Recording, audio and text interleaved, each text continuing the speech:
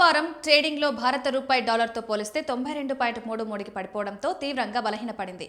మధ్యప్రాచ్యంలో పెరుగుతున్న ప్రపంచ ఉద్రిక్తతలు, ముడి చమురు ధరలు ఒక్కసారిగా పెరగడం దీనికి కారణం. ఈ పతనం భారతదేశ వాణిజ్య ప్రవాహాలకు ముఖ్యమైంది. ఎందుకంటే చిన్న కరెన్సీ మార్పులు కూడా దిగుమతి చేసుకున్న వస్తువులపై ఖర్చులను పెంచుతాయి. శుక్రవారం రూపాయి 91.74 వద్ద ముగిసింది. ఇరాన్, అమెరికా, ఇజ్రాయెల్ వివాదం రిస్క్ ఆఖరిపై ప్రభావం చూపింది.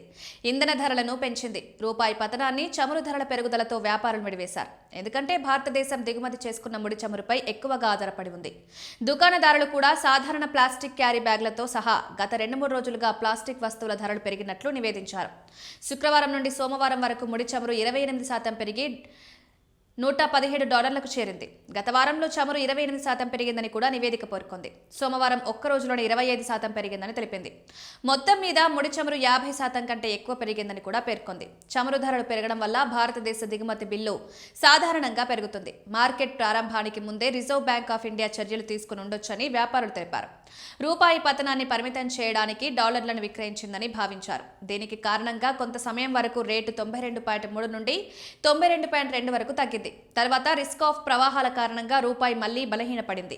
ఒత్తిడిలు కొనసాగితే రూపాయి 93కి చేరుకోవచ్చని మార్కెట్ నిపుణులు హెచ్చరించారు. మద్దతు స్థాయి 91గా, నిరోధక స్థాయి 92గా పేర్కొన్నారు. చమురు ధరలు పెరగడం వల్ల దిగుమతి ఖర్చులు, ఇంధన ధరలు పెరుగుతున్నాయని భావిస్తున్నారు. ఇది రవాణా, ఆహారం, ఉత్పత్తి వ్యయాలను పెంచవచ్చు. ఇది ద్రవ్యోల్బణ ప్రమాదాలను పెంచుతుంది.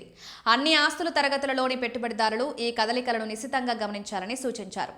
ఈ పరిస్థితి స్టాక్లను, విస్తృత ఆర్థిక వ్యవస్థను ప్రభావితం చేస్తుందన్నారు. దీర్ఘకాలిక పెట్టుబడిదారులు అస్థిరత సమయంలో సమానం పాటించాలన్నారు. స్వల్పకాలిక పెట్టుబడిదారులకు పోర్ట్ఫోలియో మార్పులు అవసరమని వివరించారు.